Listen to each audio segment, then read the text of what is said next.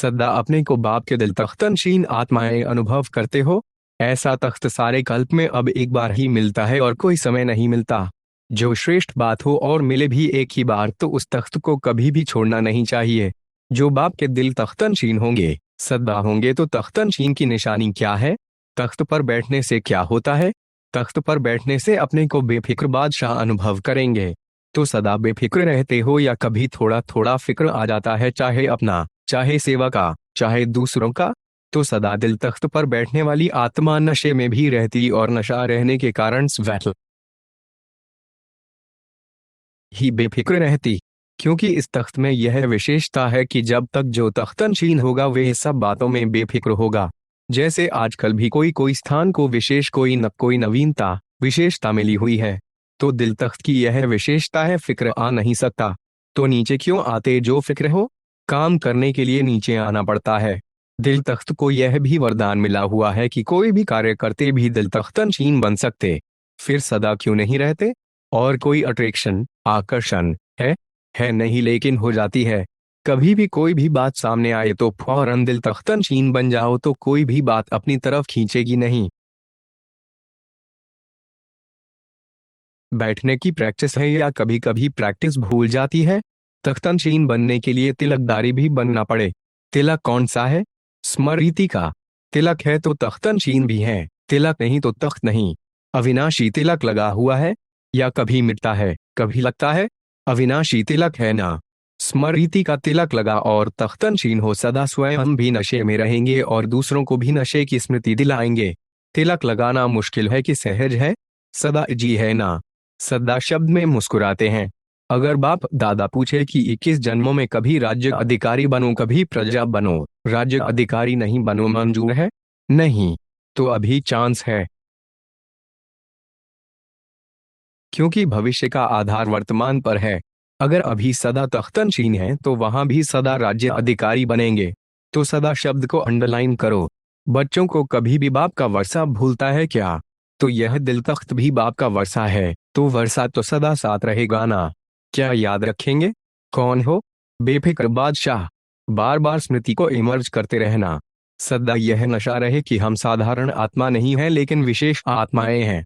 आप जैसी विशेष आत्माएं सारे विश्व में बहुत थोड़ी हैं। थोड़ों में आप हो, इसी खुशी में सदा रहो। संगमय युग को विशेष वरदान है ही सहज प्राप्ति का। याद करना मुश्किल लगता है या सहज लगता है? तो जो सहज होता है वो स्वतः ही निरंतर होता है। तो निरंतर सहज योगी होना।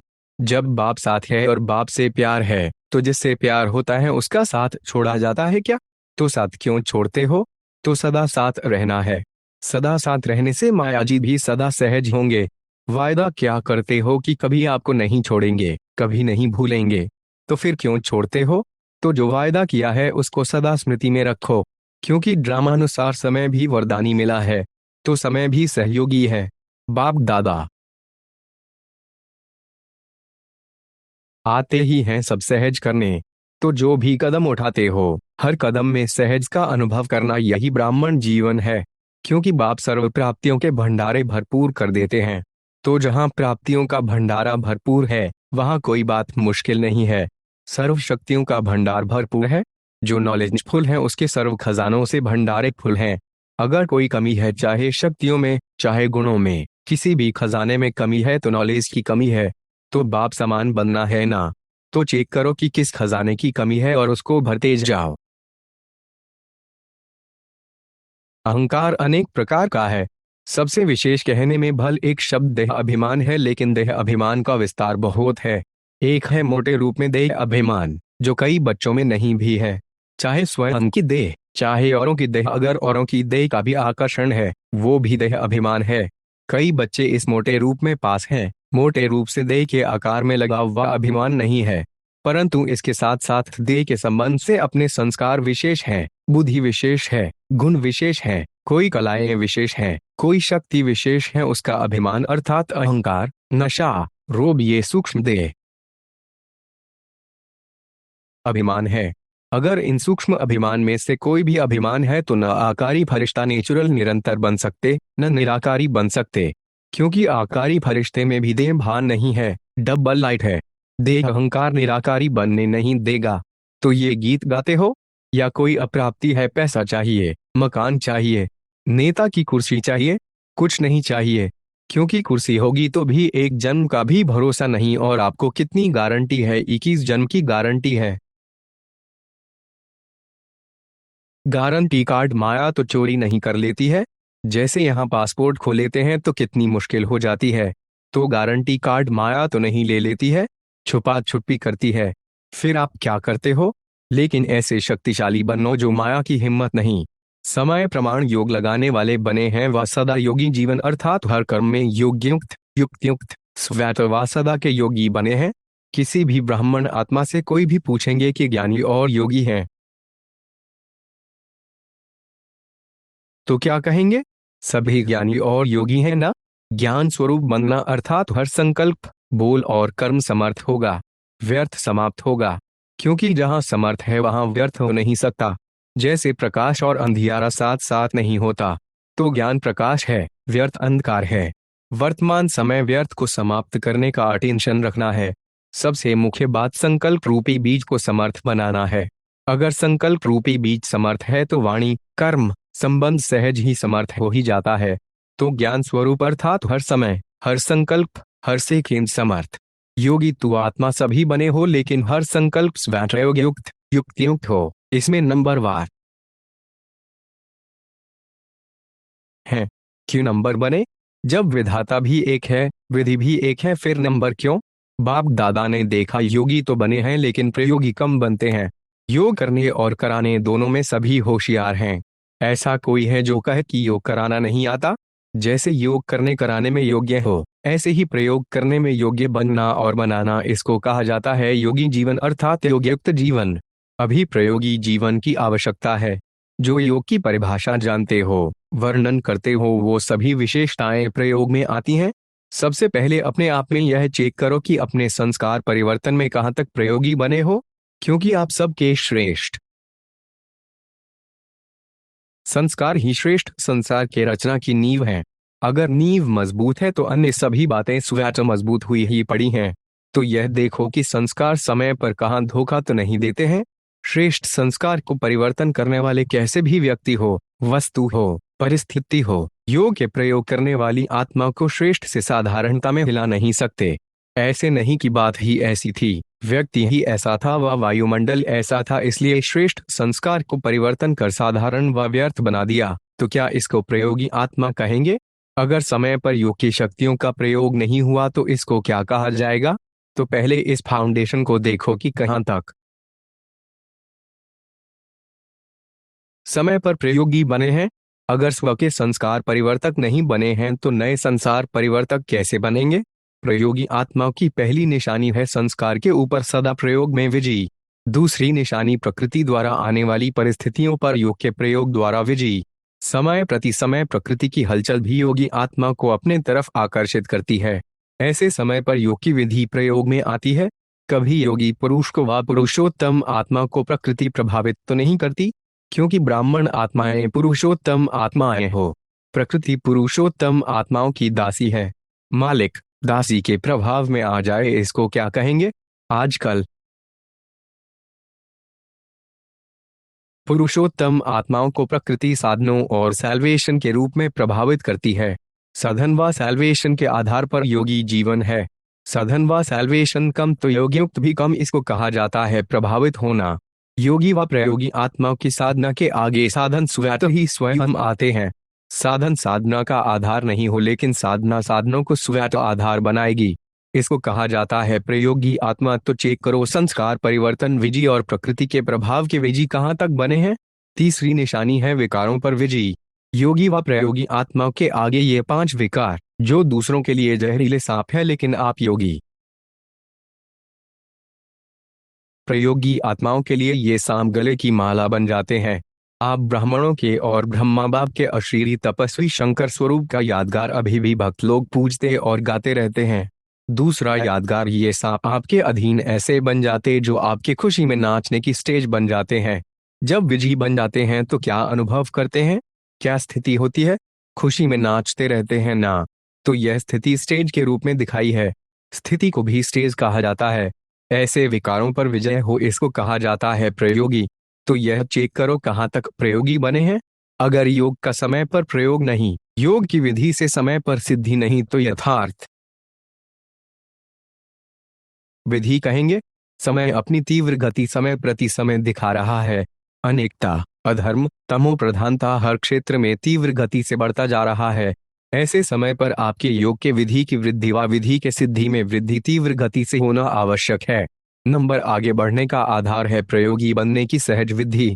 तो बाप दादा ने क्या देखा, समय पर प्रयोग करने में तीव्र गति के बजाय साधारण गति है। अभी इसको बढ़ाओ तो क्या होगा, सिद्धि स्वरूप अनुभव करते जाएंगे। आपके जड़ चित्रों द्वारा सिद्धि प्राप्त करने का अनुभव करते रहते हैं। चैतन्य में सिद्धि स्वरूप बने हो तब यह यादगार चला आ रहा है। रिद्धि सिद्धि वाले नहीं, विधि से सिद्धि। तो समझा क्या करना है सब कुछ, लेकिन समय पर प्रयोग करना और प्रयोग सफल होना, इसको कहा जाता है ज्ञान स्वरूप आत्मा। ऐसे ज्ञान स्वरूप आत्माएं अति समीप और अति प्रिय हैं। ड्रामा अनुसार ब्राह्मण जीवन में सभी को सेवा का चांस मिला हुआ है ना, क्योंकि ब्राह्मण जीवन का आधार ही है याद और सेवा। अगर याद और सेवा कमजोर है तो जैसे शरीर का आधार कमजोर हो जाता है तो शरीर दवाइयों के धक्के से चलता है ना। तो ब्राह्मण जीवन में अगर याद और सेवा का आधार मजबूत नहीं, कमजोर है, तो वह ब्राह्मण जीवन भी कभी तेज चलेगा, कभी ढीला चलेगा, धक्के से चलेगा। कोई सहयोग मिले, कोई साथ मिले, कोई सरकमस्टांस मिले तो चलेंगे, नहीं तो ढीले हो जाएंगे। इसलिए याद और सेवा का विशेष आधार सदा शक्तिशाली चाहिए। दोनों ही शक्तिशाली हों। सेवा बहुत है, याद कमजोर है, या याद बहुत अच्छी है, सेवा कमजोर है तो भी तीव्र भक्ति नहीं हो सकती। याद और सेवा दोनों में तीव्र भक्ति चाहिए, शक्तिशाली चाहिए। तो दोनों ही शक्तिशाली हैं या फर्क पड़ जाता है, कभी सेवा ज्यादा हो जाती, कभी याद ज्यादा हो जाती, दोनों साथ साथ हों। जब अपनी स्मृति की ऊंची स्टेज पर होते हो तो माया चींटी को जीतना सहज लगता है, और जब कमजोर होते हो तो चींटी भी शेर माफिक लगती है। तो सदा अमृत वेले इस स्मृति को इमर्ज करो कि मैं मास्टर सर्वशक्तिमान हूँ। तो अमृत वेले की स्मृति सारा दिन सहयोग देती रहेगी। जैसे स्थूल पोजीशन वाले अपने पोजीशन को भूलते नहीं। आजकल का प्राइम मिनिस्टर अपने को भूल जाएगा क्या कि मैं प्राइम मिनिस्टर हूँ। आपका पोजीशन है मास्टर सर्वशक्तिमान, तो भूल नहीं सकते, लेकिन भूल जाते हो, इसलिए रोज अमृत वेले इस स्मृति को इमर्ज करने से निरंतर याद हो जाएगी। बाप दादा ने संगम पर अनेक खजाने दिए हैं, उन सभी खजानों में से श्रेष्ठ से श्रेष्ठ खजाना है सदा खुशी का खजाना। तो यह खुशी का खजाना सदा साथ रहता है। कैसी भी परिस्थिति आ जाए लेकिन खुशी नहीं जा सकती। जब परिस्थिति कोई दुख की लहर वाली आती है तो भी खुश रहते हो कि थोड़ी थोड़ी लहर आ जाती है, क्योंकि संगम पर होना। तो एक तरफ है दुख धाम, दूसरे तरफ है सुख धाम। तो दुख के लहर की कई बातें सामने आएंगी, लेकिन अपने अंदर वो दुख की लहर दुखी नहीं करे। जैसे गर्मी के मौसम में गर्मी तो होगी ना, लेकिन स्वयं को बचाना वो अपने ऊपर है। तो दुख की बातें सुनने में आएंगी लेकिन दिल में प्रभाव नहीं पड़े। इसलिए कहा जाता है न्यारा और प्रभु का प्यारा। तो दुख की लहर से न्यारा तब प्रभु का प्यारा बनेंगे। जितना न्यारा उतना प्यारा। अपने आप को देखो कि कितने न्यारे बने हैं। जितना न्यारा बनते जाते हो उतना ही सहज परमात्म प्यार का अनुभव करते हो। तो हर रोज चेक करो कि कितने न्यारे रहे, कितने प्यारे रहे, क्योंकि ये प्यार परमात्म प्यार है जो और कोई भी युग में प्राप्त हो नहीं सकता। जितना प्राप्त करना है उतना अभी करना है, अभी नहीं तो कभी भी नहीं हो सकता। और कितना थोड़ा सा समय यह परमात्म प्यार की प्राप्ति का है। तो थोड़े समय में बहुत अनुभव करना है, तो कर रहे हो। दुनिया वाले खुशी के लिए कितना समय संपत्ति खर्च करते हैं और आपको सहज अविनाशी खुशी का खजाना मिल गया। कुछ खर्चा किया क्या? खुशी के आगे खर्च करने की वस्तु है ही क्या जो देंगे। तो यही खुशी के गीत गाते रहो कि जो पाना था वो पा लिया ना। तो जब कोई चीज मिल जाती है तो खुशी में नाचते रहते हैं। दूसरों को भी यह खुशी बांटते जाओ। जितनी बांटते जाते हो उतनी बढ़ती जाती है, क्योंकि बांटना माना बढ़ना। तो जो भी संबंध में आए वे अनुभव करे कि इनको कोई श्रेष्ठ प्राप्ति हुई है जिसकी खुशी है, क्योंकि दुनिया में तो हर समय का दुख है और आपके पास हर समय की खुशी है। कोई विघ्न आता है तो कितने समय में विजयी बनते हो?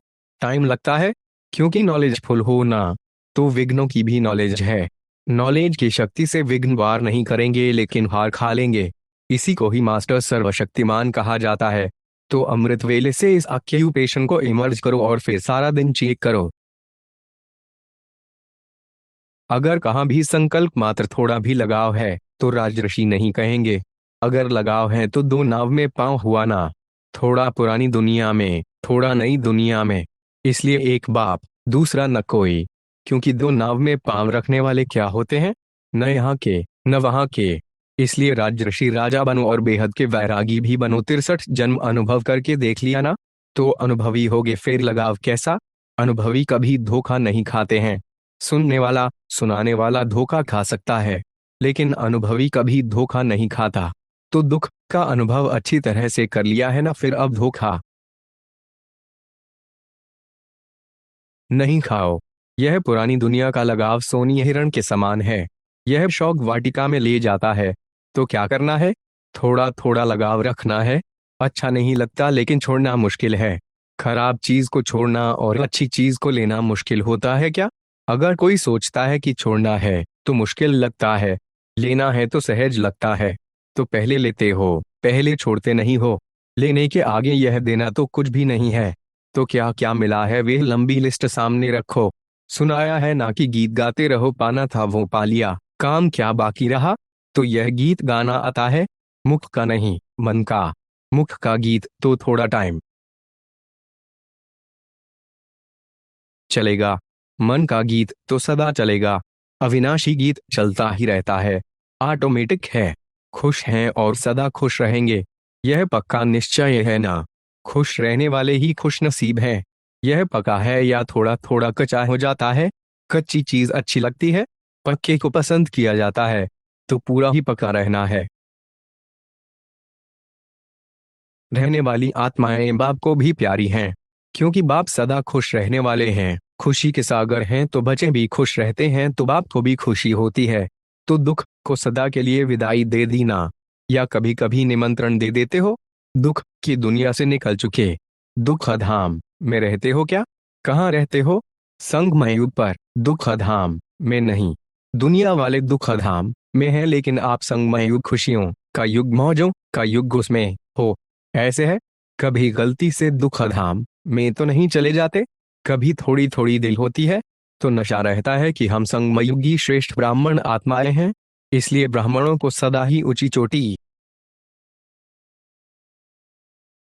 दिखाते हैं। तो जैसे ऊंचे से ऊंचे गाए हुए हो, वैसे सदा ऊंची स्थिति भी हो। स्नेह ने ब्राह्मण जीवन में परिवर्तन किया है।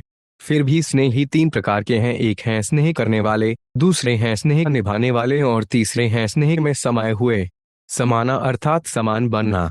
स्नेह करने वाले कभी स्नेह करते हैं, लेकिन करते करते कभी स्नेह टूट जाता है, कभी जुट जाता है। इसलिए समय प्रति समय स्नेह जोड़ने में पुरुषार्थ करना पड़ता है। क्योंकि बाप के साथ साथ और कहाँ भी स्नेह, चाहे व्यक्ति से, चाहे प्रकृति के साधनों से, कहाँ भी संकल्प मात्र भी स्नेह जुटा हुआ है तो बाप से स्नेह करने वालों की लिस्ट में आ जाते हैं। स्नेह की निशानी है, बिना कोई मेहनत के स्नेह ही के तरफ स्नेह स्वतः ही जाता है। स्नेह करने वाली आत्मा का हर समय, हर स्थिति, हर परिस्थिति में आधार अनुभव होता है। अगर साधनों से स्नेह है तो उस समय बाप से भी ज्यादा साधन का आधार अर्थात सहारा अनुभव होता है। उस समय उस आत्मा के संकल्प में बाप का स्नेह याद भी आता है। सोचते भी हैं कि बाप का स्नेह श्रेष्ठ है, लेकिन यह साधन व व्यक्ति का आधार भी आवश्यक है। इसलिए दोनों तरफ स्नेह अधूरा हो जाता है और बार बार स्नेह जोड़ना पड़ता है। एक बल, एक भरोसा के बजाय दूसरा भी भरोसा साथ साथ आवश्यक लगता है। इसलिए बाप के स्नेह द्वारा जो सर्व प्राप्ति का अनुभव हो, उसके बजाय दूसरे सहारे द्वारा अल्पकाल की प्राप्ति अपने तरफ आकर्षित कर लेती है। इतना आकर्षित करती है जो उसी को ही आवश्यक समझने लगते हैं। लगाव नहीं समझते, लेकिन सहारा समझते हैं। इसको कहा जाता है स्नेह करने वाले। दूसरे हैं स्नेह निभाने वाले। स्नेह करने के साथ साथ निभाने की भी शक्ति है। निभाना अर्थात स्नेह का रिस्पॉन्स देना, रिटर्न देना। स्नेह का रिटर्न है जो स्नेही बाप बच्चों से श्रेष्ठ आशाएं रखते हैं, वो सर्व आशाएं प्रैक्टिकल में पूर्ण करना। तो निभाने वाले बहुत करके प्रैक्टिकल में करके दिखाते हैं, लेकिन सदा बाप सम्मान अर्थात समाये हुए वो अनुभूति कभी होती है, कभी नहीं होती। फिर भी निभाने वाले समीप हैं, लेकिन सम्मान नहीं है। निभाने वालों को निभाने के रिटर्न में पद्म गुणा हिम्मत और उमंग उत्साह की मदद विशेष बाप द्वारा मिलती रहती है। तीसरे, जो स्नेह में समाये हुए हैं, उन आत्माओं के नयनों में, मुख में, संकल्प में, हर कर्म में सहज और स्वयं स्नेही बाप का साथ सदा ही अनुभव होता है। बाप उससे जुदा नहीं और वो बाप से जुदा नहीं। हर समय बाप के स्नेह के रिटर्न में प्राप्त हुई सर्व प्राप्तियों में संपन्न और संतुष्ट रहते हैं। इसलिए और किसी भी प्रकार का सहारा उन्हों को आकर्षित नहीं कर सकता, क्योंकि कोई न कोई अल्पकाल की प्राप्ति की आवश्यकता किसी और को सहारा बनाती है, अर्थात संपूर्ण स्नेह में अंतर डालती है। स्नेह में समाई हुई आत्माएं सदा सर्व प्राप्ति संपन्न होने के कारण सहज ही एक बाप दूसरा न कोई इस अनुभूति में रहती हैं। तो स्नेह ही सभी हैं, लेकिन तीन प्रकार के हैं। अब अपने से पूछो मैं कौन? अपने को तो जान सकते हैं ना। स्नेह ही है, तभी स्नेह के कारण ब्राह्मण जीवन में चल रहे हो। लेकिन स्नेह के साथ निभाने की शक्ति, इसमें नंबरवार बन जाते हैं। स्नेह के साथ शक्ति भी आवश्यक है। जिसमें स्नेह और शक्ति दोनों का बैलेंस है, वही बाप समान बनता है। ऐसे समाई हुई आत्माओं का अनुभव यही होगा। बाप के स्नेह से दूर होना यह मुश्किल है, समाना सहज है, दूर होना मुश्किल है। क्योंकि समाई हुई आत्माओं के लिए एक बाप ही संसार है। संसार में आकर्षित करने वाली दो ही बातें हैं, एक व्यक्ति का संबंध और दूसरा भिन्न भिन्न वैभव व साधनों द्वारा प्राप्ति होना। तो समाई हुई आत्माओं के लिए सर्व संबंध के रुपए का अनुभव एक बाप द्वारा सदा ही होता है। सर्व प्राप्तियों का आधार एक बाप है, ना कि वैभव व साधन। वैभव व साधन रचना है और बाप रचता है। जिसका आधार रचता है, उसको रचना द्वारा अल्पकाल के प्राप्ति का स्वप्न मात्र भी संकल्प नहीं हो सकता। बाप दादा को कभी कभी बच्चों की स्थिति को देख हंसी आती है, क्योंकि आश्चर्य तो कह नहीं सकते, फुल स्टॉप है। चलते चलते बीज को छोड़ टाल टालियों में आकर्षित हो जाते हैं। कोई आत्मा को आधार बना लेते हैं, कोई साधनों को आधार बना लेते हैं। क्योंकि बीज का रूप रंग शोभनीक नहीं होता और टाल टालियों का रूप रंग बड़ा शोभनीक होता है। देहधारी के संबंध का आधार देहभान में सहज अनुभव होता है और बाप का आधार देहभान से परे होने से अनुभव होता है। देहभान में आने की आदत तो है ही, नटाते भी हो सकते हैं। इसलिए देहधारी के संबंध का आधार व सहारा सहज अनुभव होता है। समझते भी हैं कि ये ठीक नहीं है, फिर भी सहारा बना लेते हैं। बाप दादा देख देख मुस्कराते रहते हैं। उस समय की स्थिति हंसाने वाली होती है। जैसे आप लोग क्लासेस में व भाषणों में एक तोते की कहानी सुनाते हो, उसको मना किया कि नलके पर नहीं बैठो, लेकिन वो नलके पर बैठ कर के बोल रहा था। ऐसे बच्चे भी उस समय मन में अपने आप से एक तरफ यही सोचते रहते कि एक बाप दूसरा न कोई, बार बार अपने आप से रिपीट भी करते रहते, लेकिन साथ साथ फिर यह भी सोचते कि स्थूल में तो सहारा चाहिए। तो उस समय हंसी आएगी ना, और उस समय फिर माया चांस लेती है। बुद्धि को ऐसा परिवर्तन करेगी जो झूठा सहारा ही सच्चा सहारा अनुभव होगा। जैसे आजकल झूठा सच्चे से भी अच्छा लगता है, ऐसे उस समय रॉन्ग राइट अनुभव होता है, और वो रॉन्ग बात झूठा सहारा उसको पक्का करने के लिए व झूठ को सच्चा साबित करने के लिए। जैसे कोई भी कमजोर स्थान होता है तो उसको मजबूत करने के लिए पिलर्स लगाए जाते हैं, तो माया भी कमजोर संकल्प को मजबूत बनाने के लिए बहुत रॉयल पिलर्स लगाती है। क्या पिलर लगाती है? माया यही संकल्प देती है कि ऐसा तो होता ही है, कई बड़े बड़े भी ऐसे ही करते हैं, ऐसे ही चलते हैं, या कहते हैं अभी तो पुरुषार्थी ही हैं, संपूर्ण तो हुए नहीं है, तो जरूर अभी कोई न कोई कमी रहेगी ही, आगे चल संपूर्ण बन जाएंगे। ऐसे ऐसे व्यर्थ संकल्प रूपी पिलर्स कमजोरी को मजबूत कर देते हैं। तो ऐसे पिलर का आधार नहीं लेना। समय आने पर यह आर्टिफिशियल पिलर धोखा दे देते हैं। सर्व संबंधों का सहारा एक बाप सदा रहे, यह अनुभव कम करते हो। इस सर्व संबंधों के अनुभव को बढ़ाओ। सर्व संबंधों की अनुभूति कम होने के कारण कहीं न कहीं अल्पकाल का संबंध जुड़ जाता है। स्थूल जीवन में भी स्थूल रूप का सहारा व हर परिस्थिति में स्थूल रूप का सहयोग देने वाला सहारा बाप है। यह अनुभव और बढ़ाओ। ऐसे नहीं कि बाप तो है ही सूक्ष्म में सहयोग देने वाला, निराकार है, आकार है, साकार तो है नहीं, लेकिन हर संबंध को साकार रूप में अनुभव कर सकते हो।